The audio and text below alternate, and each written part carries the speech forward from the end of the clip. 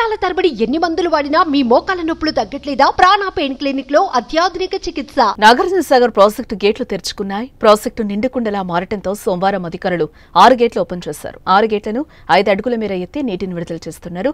ఒక్కో గేట్ నుంచి 5 నుంచి 10,000 క్యూసెక్కుల నీటిని విడుదలవుతున్నాయి. శ్రీశైలం నుంచి వచ్చే వరద అంచనా వేసుకుని గేట్ల సంఖ్య పెంచే అవకాశం ఉంది.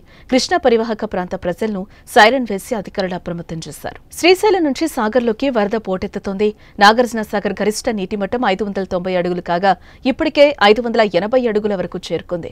ఆదివారం సాయంత్రం 6 గంటలకు నాగార్జున సాగర్లోకి 3,22,817 క్యూసెక్కుల నీరు చేరుతూ ఉండగా కుడి ఎడమ కాలువల ద్వారా విద్యుత్ ఉత్పత్తి చేస్తూ 37,873 క్యూసెక్కుల నీరు విడుదల చేస్తున్నారు. ప్రాజెక్టులో నీటి నిల్వ 576.1 అడుగుల్లో 271.9 టీఎంసీలకు చేరుకుంది. ప్రాజెక్టు పూర్తి నీటి నిల్వ 312.05 టీఎంసీలు కాగా మరో 41 టీఎంసీలు చేరితే సాగర్ పూర్తిగా నిండిపోతుంది.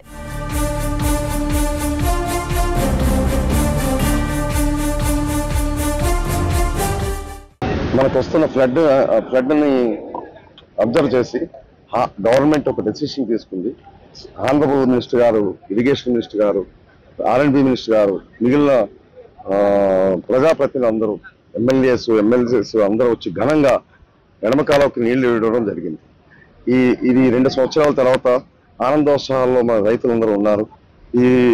ఈ ఫ్లడ్ చూసి 590 అడుగులు చేరే ఉద్దేశం అని చెప్పి నిన్ననే మాకు మినిస్టర్ గారు ఆదేశాలు ఇచ్చారు. చెరువులు నింపాల్సిన అవసరం ఉందని చెప్పేసి వారి ఆదేశాల మేరకు 7,000 క్యూసెక్లు వదిలిపెట్టాము. మేము పెద్దదేవులపల్లి దగ్గర ఇప్పుడు 7,000 వెళ్తుంది. అన్ని చెరువులు అప్ టు పాలేరు పూర్తిగా నింపాల్సిన అవసరం ఉంది. కాబట్టి ఆ విధంగా చర్యలు తీసుకుంటున్నాం. మినిస్టర్ గారు, మా ENC గారు ఆదేశాల ప్రకారం ముందర ఆ విధంగా ఈ నీరు వృధా కాకుండా ఉండాలని ఫస్ట్ స్టెప్ తీసుకున్నాను.